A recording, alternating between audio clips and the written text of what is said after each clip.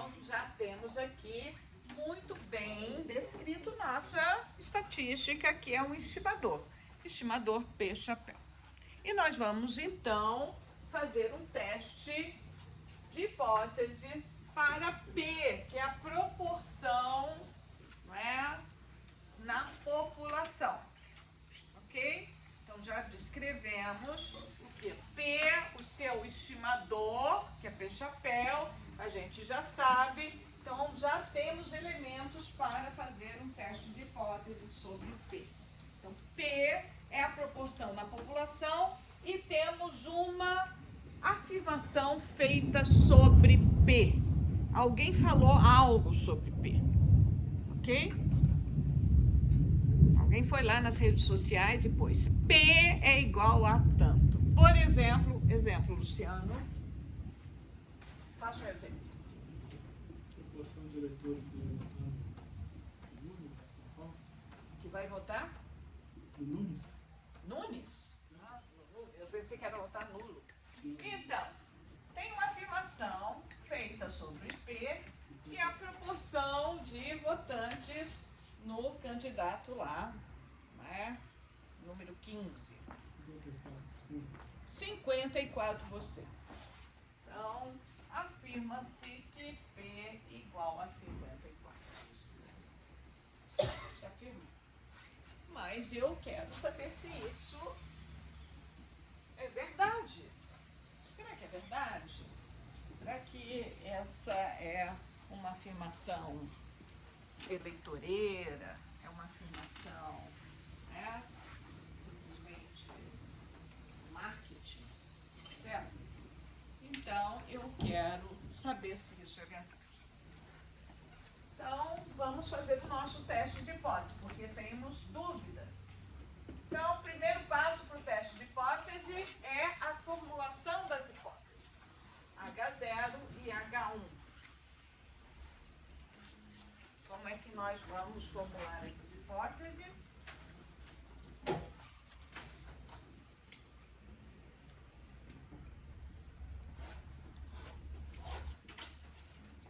O que está em H0?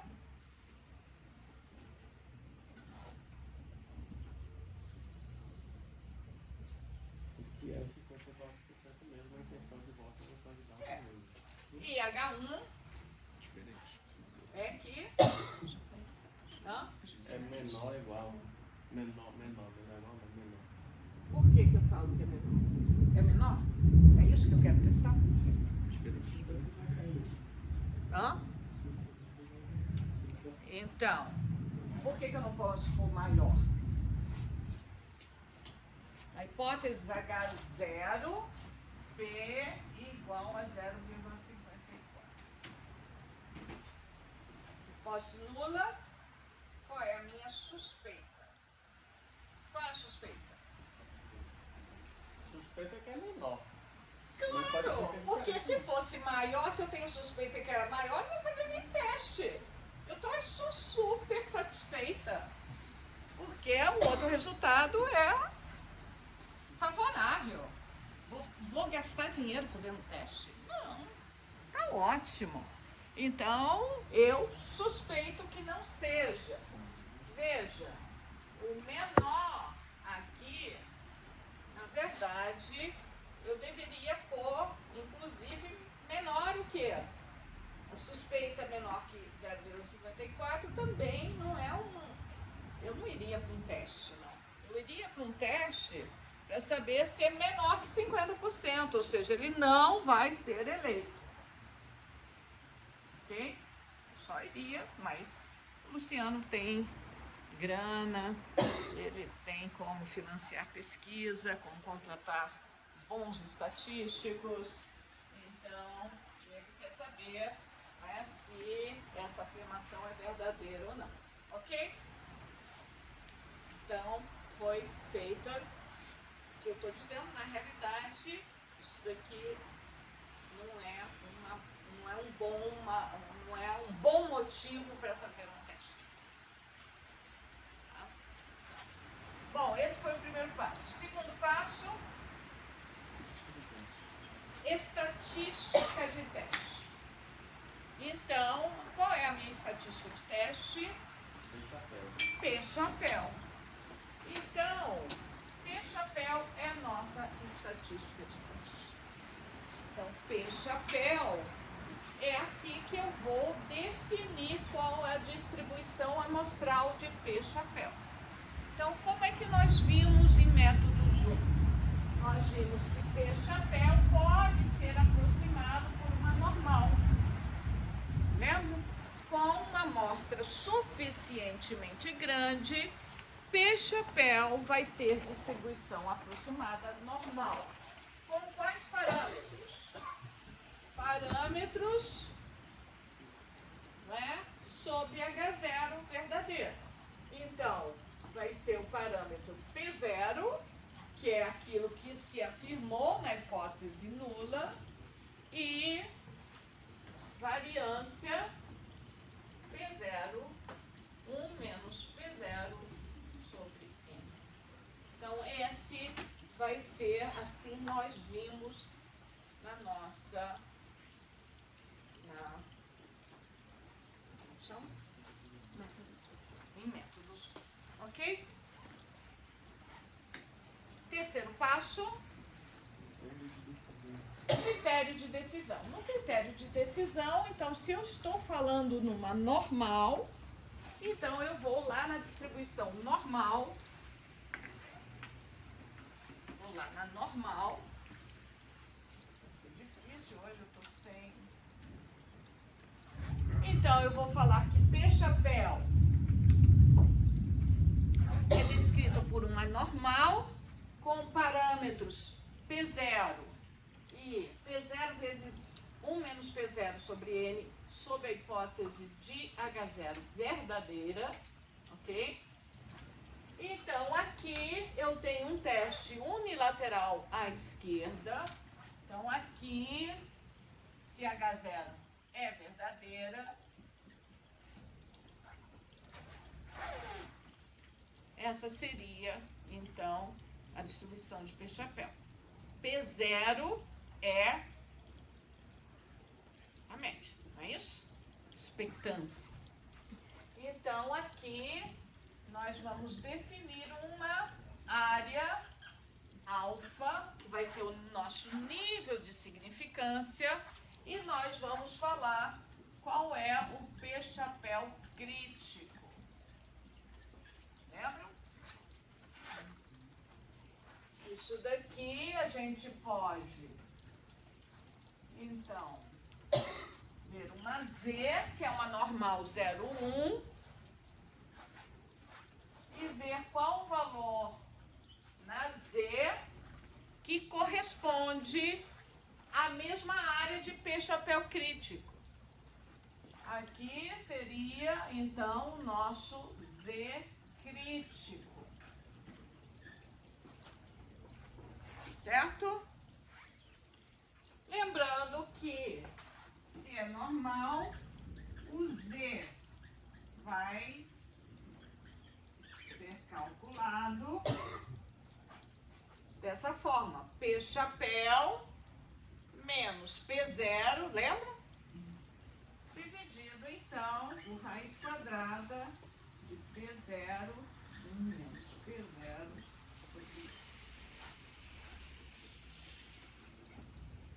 Então, aqui eu vou falar qual é essa área alfa e vou encontrar o Z crítico na tabela, ou no R, ou no Excel. O Z crítico tem essa correspondência com o P-chapéu crítico, ok? Então, eu já tenho o meu critério de decisão, que eu vou falar qual é o valor de alfa. Se alfa for 5%, qual será o Z crítico? Hã? Não. Não. Menos. Menos 1,645. Muito bem. Então, por quê? Porque está no lado negativo. Peguei vocês. Então, ali se alfa é igual a 5%, a gente já decorou os valores de Z. Ok? Se alfa aqui for 5%, o valor de Z correspondente é menos 1,645. Ok? Todo lado negativo. Se for 2,5%, o valor será menos 1,96. Se for 1%, o valor será... Temos que olhar na tabela. Então, a gente vai olhar na tabela. Né? Se for meio por cento, e aí você já tem esses valores, né, da normal. Então, eu posso aplicar a normalidade quando? Quando é que eu posso aplicar aí a aproximação normal? Quando N for suficientemente grande. Okay? Quando N não é grande, a gente vai ver que a normal pode ser muito ruim. E eu posso tomar decisões equivocadas. Então, para amostras pequenas, eu devo usar a distribuição exata, que é a binomial. Ok? Todo mundo lembrou aqui os passos? Então, os passos seguintes são 4. Seleção da amostra. Vou calcular o P-chapéu e vou verificar onde ele está no cenário de H0 verdadeiro. Quinto passo, a decisão. E aí, com a decisão, vou ver se ele caiu na região crítica ou na região de aceitação. Eu também posso calcular o p-valor, ok? Então, fica fácil calcular o p-valor usando a normal. Alguma dúvida sobre isso? Tem um número, Sim. eu posso dizer que é grande, que o N é grande? Vai depender muito da aproximação anormal, não só do N, mas do valor assumido de P. Então, quando P for muito pequeno, você tem que aumentar muito o tamanho da amostra para garantir a normalidade. Tá? Então, quando P for próximo a meio, você pode trabalhar, quer dizer, a distorção não vai ser tão grande assim. Tá? Mas muitas vezes a gente fala de 100, 200. Eu fiz uma pesquisa aqui no DF que era para confirmar ou fazer uma, como é que a gente chama isso? Uma avaliação, né, de um parâmetro, de uma medida demográfica, é a taxa de mortalidade infantil. A taxa de mortalidade infantil é uma probabilidade, que é exatamente, a gente estava trabalhando como probabilidade. Então, é muito pequeno. Então, para fazer uma amostra, usar, né, todo o arcabouço, né, estatístico que é baseado numa normalidade, então nós tivemos que fazer um tamanho de amostra de, a gente fez 1.500 crianças que nós fomos buscar no DF. Foi uma pesquisa bem interessante. Então, a gente pegou 1.500 crianças. Porque isso, quando o P é muito pequeno, a gente tem que ampliar a observação. É a mesma... No caso desse, não é melhor usar a própria binomial ou usar a binomial? Não, porque a gente estava, muitas vezes a gente depende do objetivo que você tem. Né? O objetivo não era exatamente estimar, né? Com base nisso, não era verificar se era ou não, mas a gente queria estimar melhor a mortalidade infantil. Então, por isso que a gente foi com uma amostra muito... Por quê? Porque se eu pegasse uma amostra de tamanho 20, eu não conseguiria observar o fenômeno. Não ocorreria nenhum óbito. Em 1.500 ocorreram, acho que, 10 óbitos. Foi muito triste, porque a gente chegava na casa, né, da mãe, então tinha toda uma abordagem sobre a criança, para confirmar os dados da DNV. Então a gente chegou, em alguns momentos a gente até teve dificuldade de ser recebido. Foi muito triste, sim, nesses momentos. Tanto de nascidos, a mortalidade infantil é até Na verdade era até 6 meses que a gente foi, com 6 meses depois. E é aquele negócio, né? Quem vai continuar, né, na disciplina observação, muitas vezes a gente fala, a gente não intervém, né, na observação. Eu cheguei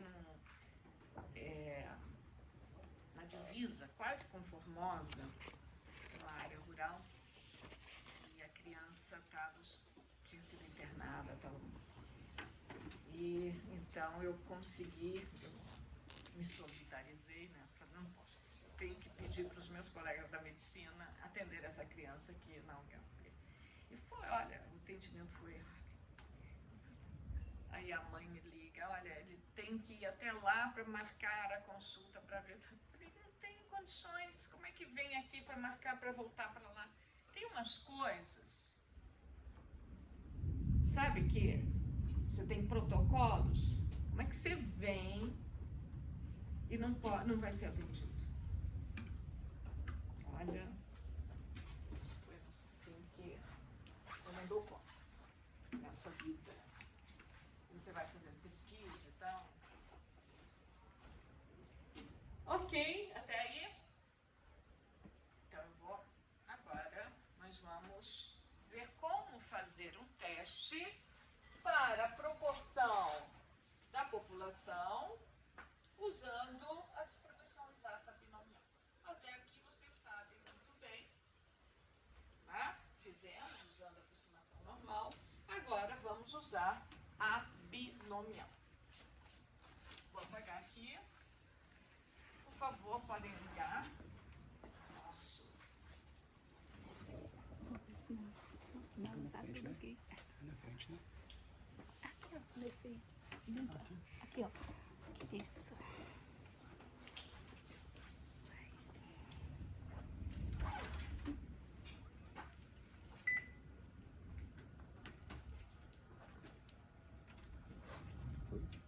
Acho que foi. Talvez. Foi.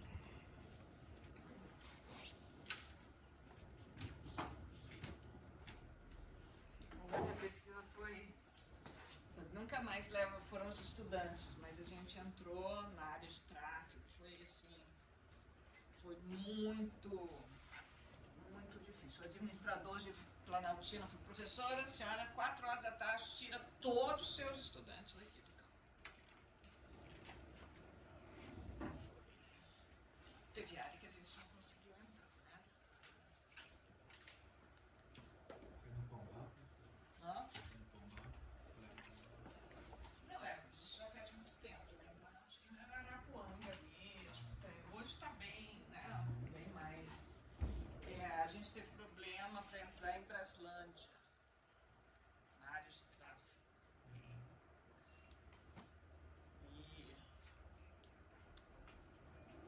E problemas mesmo de entrar, foi assim, difícil entrar nos condomínios, né? Nas áreas, não tinha tanto condomínio, mas octogonal, que são fechados. A gente conseguiu entrar porque tinha uma estudante que morava lá.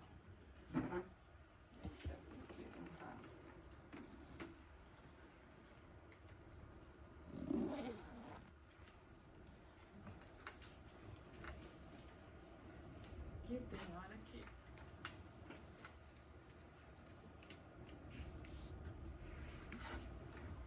Exato.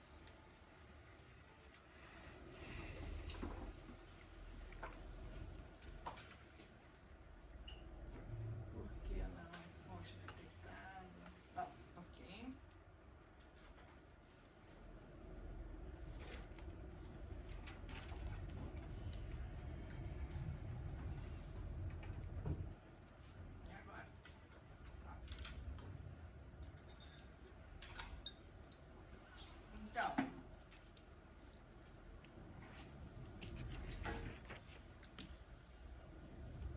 agora vocês já sabem do que a gente está falando, né? Fiz toda a introdução para a gente falar do teste binomial. Então, o teste binomial, ele é classificado como um teste não paramétrico. Então, todos os textos, né, de estatísticas não paramétricas, métodos não paramétricos, inclui o teste binomial. E é engraçado porque nós estamos fazendo um teste para um parâmetro. Então, por que ele é classificado como não paramétrico? Porque a gente não está trabalhando com a distribuição normal. Vamos trabalhar com a distribuição exata.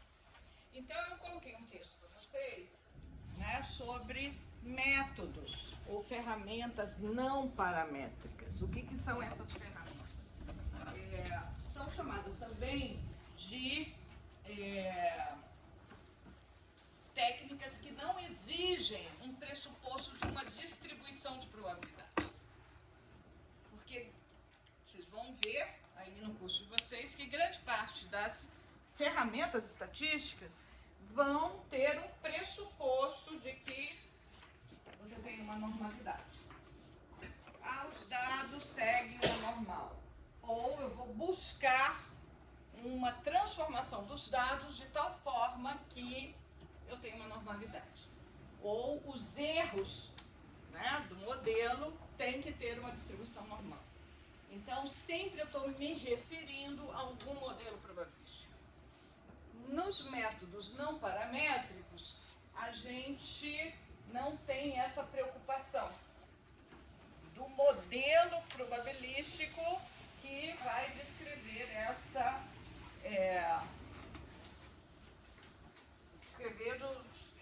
estatística, por exemplo. Tá?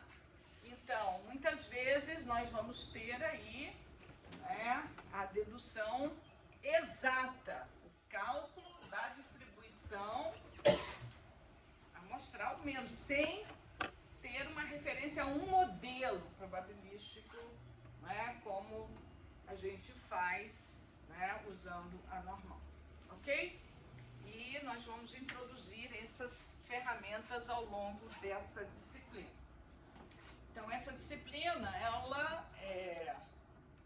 nós tínhamos anteriormente uma disciplina específica de estatística não paramétrica. Grande parte desse conteúdo veio para essa disciplina, mas aqui a gente não é uma disciplina de métodos não paramétricos. Nós vamos misturar, mostrando como é que pode ser feita a análise de dados. Okay?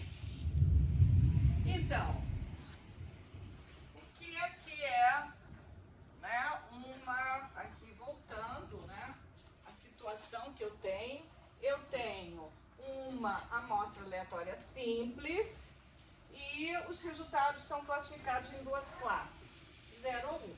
Ou seja, nós temos experimentos de Bernoulli, são independentes, e eu tenho o número de observações que atendem à característica de interesse e o número de observações que não atendem à característica de interesse. A probabilidade associada ao resultado 1 é π, ou P, a proporção de sucesso, e 1 menos π, então, é a probabilidade associada à característica que eu não tenho interesse. Ok? Então, aqui, o que seria uma característica que eu tenho interesse, Bernardo? Um exemplo.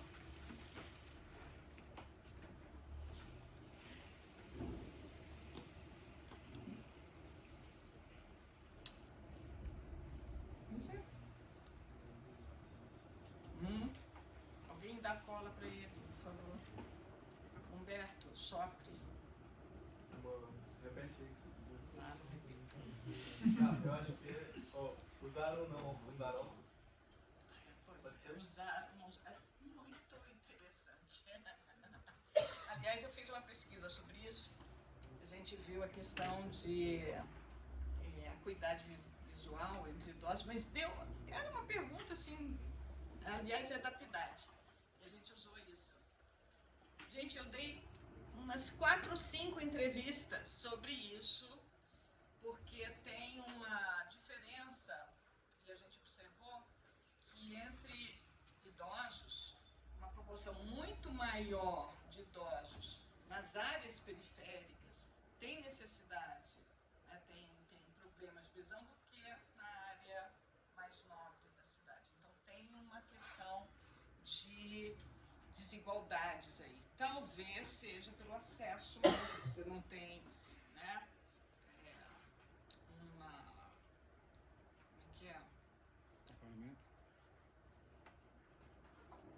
Você pode, né, com o envelhecimento, se você não tiver um atendimento regular, né, um acompanhamento, alguma coisa assim, você vai perdendo, né, a visão mais rapidamente. É incrível. Eu não tinha atentado para isso até então, mas tem uma diferença muito grande. Muito bom o seu exemplo, Humberto. Muito bom. Outro exemplo. A partir da qual você verifica que começa essa diferença? Não lembro, mas teria que ver isso. Mas a gente fez sobretudo entre idosos. Só peguei a proporção geral, mas pode ver. Claro que ele aumenta com o envelhecimento, mas a proporção é bem mais alta. Falta de vitaminas, por exemplo, a questão, né, da alimentação também, né? Outro exemplo, quem quer dar um exemplo? Nicolas. Isso é muito importante, ser fumante ou não. Eu vou fazer uma pesquisa também, esse é um dado muito relevante. O número de fumantes entre jovens tem aumentado. É aquele fumar, não é aquele trocinho? É muito. Isso. Então, guardem seus exemplos para daqui a pouco. Então, vejam, nada novo aqui. Então, a gente tem uma afirmação sobre o parâmetro populacional, que aqui eu estou falando do π, e esse valor é o nosso P0, ou π estrela, aqui, ó, π asterisco. Então, aqui é a formulação das hipóteses em termos de π, π igual a π asterisco, π diferente de π asterisco. É o nosso parâmetro. Lembrando que em hipóteses eu falo sobre parâmetros, nunca sobre estatísticas. Então, as hipóteses são feitas para aquilo que a gente não conhece nem vai conhecer. Hipóteses, né? Então, aqui vocês estão vendo que eu posso fazer um teste unilateral à esquerda, H0, que pode ser apresentada das duas formas, ok? Contra H1, que é a minha suspeita. Menor, maior, unilateral à esquerda, unilateral à direita. Aqui eu só mudei a notação para π, né? Mas pode ser P também, vocês podem continuar usando. Até aí, tudo bem? Nada de novo. Mesma coisa. Seguindo, agora eu vou ter como estatística de teste, eu vou falar que a minha estatística de teste é o valor T, é a estatística T. O que é o T? T é o nosso Y, que é o número de resultados da classe 1, ou seja, o número de sucessos entre as N observações da amostra. Ok? Então, eu estou contando quantos. Então, essa é a minha estatística de teste.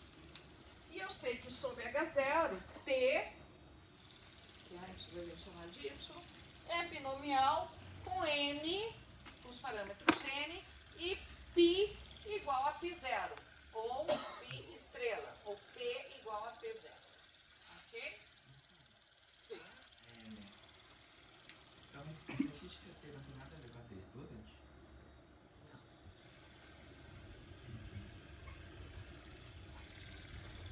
Numa teoria muito lá que eu falo que não conheço, né, a variância, eu poderia até mas relacionar. A T-Student, ela foi construída para a estimação da média. A média em variáveis quantitativas. Tá? Por quê? Porque a T-Student, ela vai trabalhar com a estatística T de student, trabalhar com uma razão que tem no numerador uma normal e no denominador uma quadrado.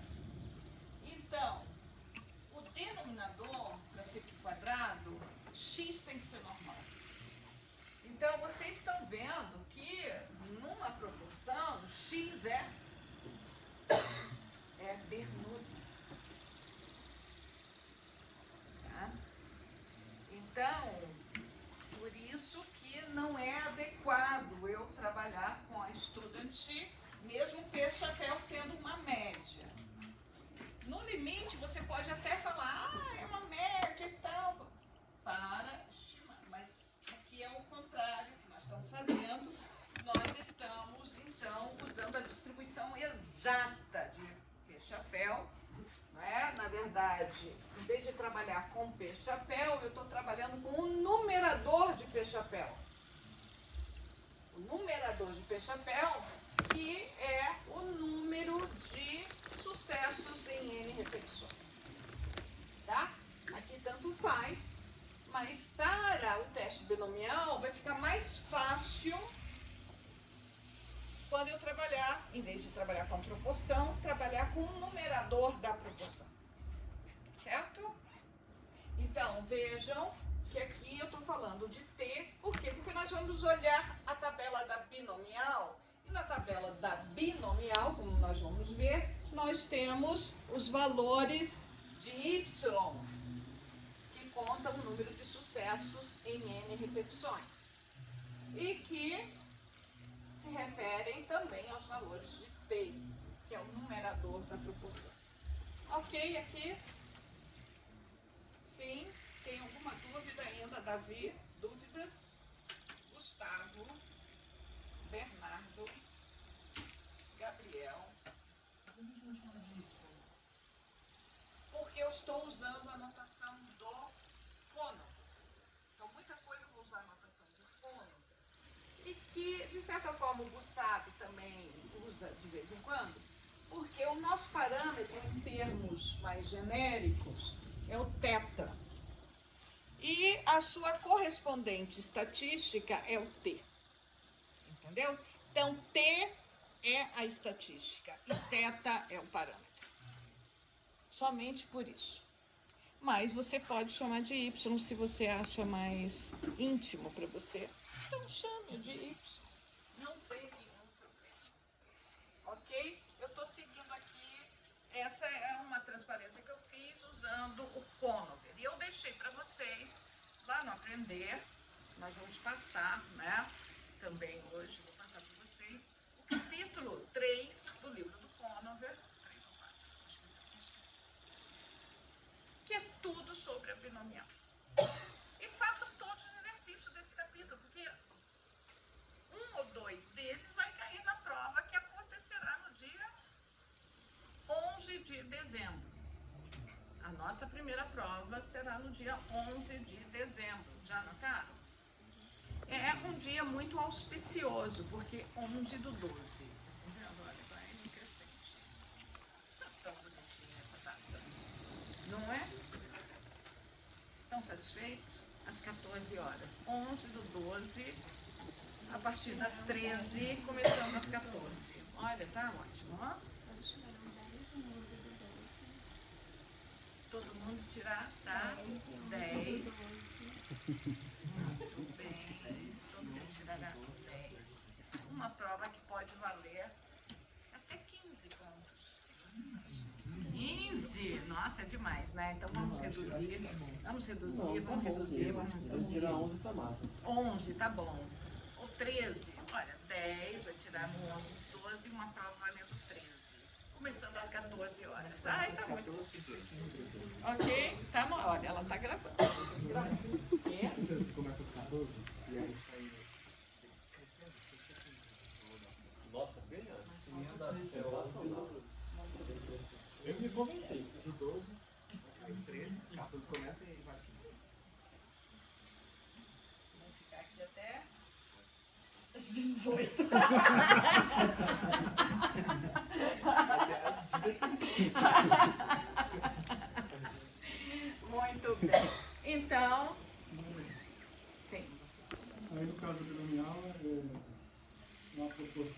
têm essas premissas, né? Você tem que ser peludo, né? Sucesso para Deus. Tipo, na proporção que usava outro tipo de experimento, como se fosse assim, né? Tipo, vamos supor, proporção de 3 candidatos. Mas aí, eu não estou falando de uma multinomial. Tanto é que quando você faz, o William Bonner chega e fala tantos para menos, tantos para mais, e tem um intervalo ali, ele está usando uma binomial e não uma multinomial, está errado.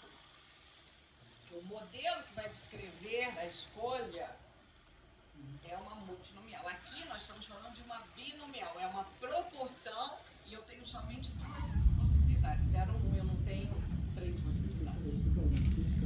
Muito bem trazido, muito bom. Então, ele falou de... e se eu tiver mais candidatos, mais opções? Não é uma binomial. Uma binomial é uma repetição de experimentos de Bernoulli. O que é a característica do experimento de Bernoulli? Eu só tenho 2 possibilidades de resultado. 0 ou 1. Se eu tiver mais possibilidades de resultado, estou em outro modelo probabilístico, que é um multinomial. Então, multinomial, não vamos trabalhar com ele aqui. Vocês vão trabalhar com ele em outras oportunidades. Vocês vão ver modelo multinomial, por exemplo, em dados categóricos. Né? Modelos que você pode, né, fazer diferentes, você tem múltiplas possibilidades de resultados. Tá? Vocês vão trabalhar também com outros modelos de Poisson, bem, né, que tem muita proximidade aqui. Vocês poderão trabalhar com outros modelos que é muito próximo do Poisson, que é a binomial negativa. É um outro modelo muito interessante que eu quero estudar mais. Tem outros modelos discretos que vocês vão ver, ou não vão ver, mas poderão ver, né, porque os tempos têm sido muito curtos, mas você tem um leque grande de modelos probabilísticos, né, geométrico, hipergeométrico, e aí vai, né, Pascal, que podem descrever, né, determinadas situações. Aqui nós estamos falando do modelo binomial. O que é o modelo binomial? É a repetição independente de experimentos de Bernoulli. Experimentos de Bernoulli é o quê? 2 possíveis resultados. Ok? Então, essa é a proporção de sucesso. Então, eu tenho uma possibilidade de sucesso apenas. Ok? E que abrange uma série de eventos. Então, se eu tivesse, por exemplo, 10 candidatos, eu posso falar, vota neste ou não vota neste. São complementares. Certo? Então, não vota neste, reúne todo o resto.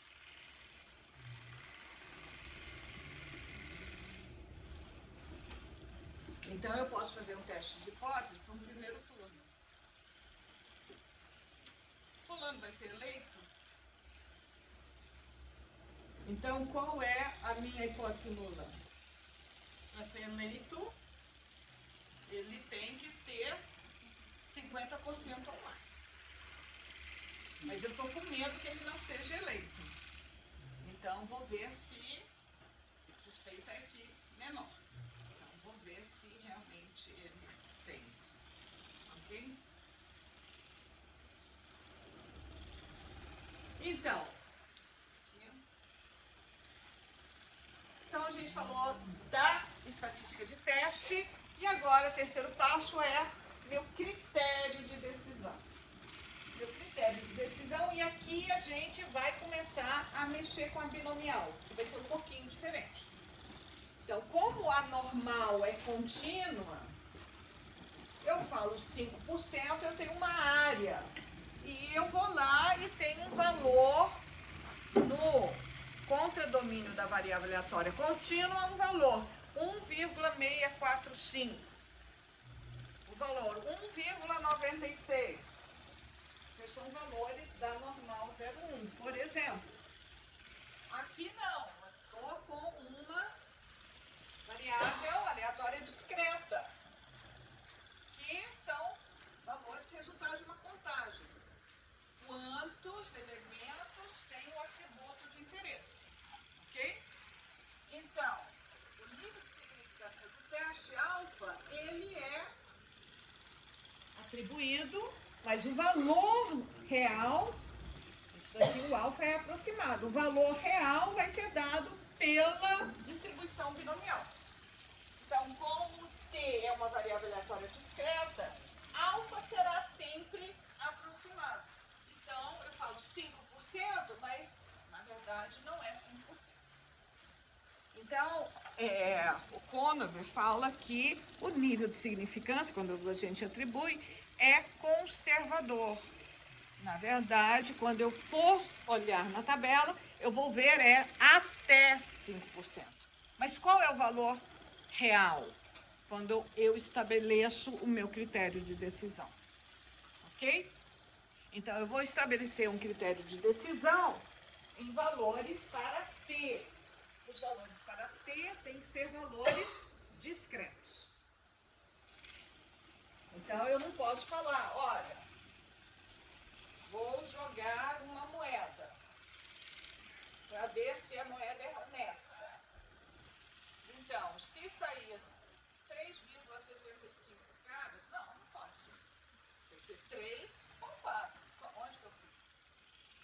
Percebe? Então, por isso que a gente vai ter um alfa aproximado. Então, a gente vai ver tudo isso em termos da distribuição binomial.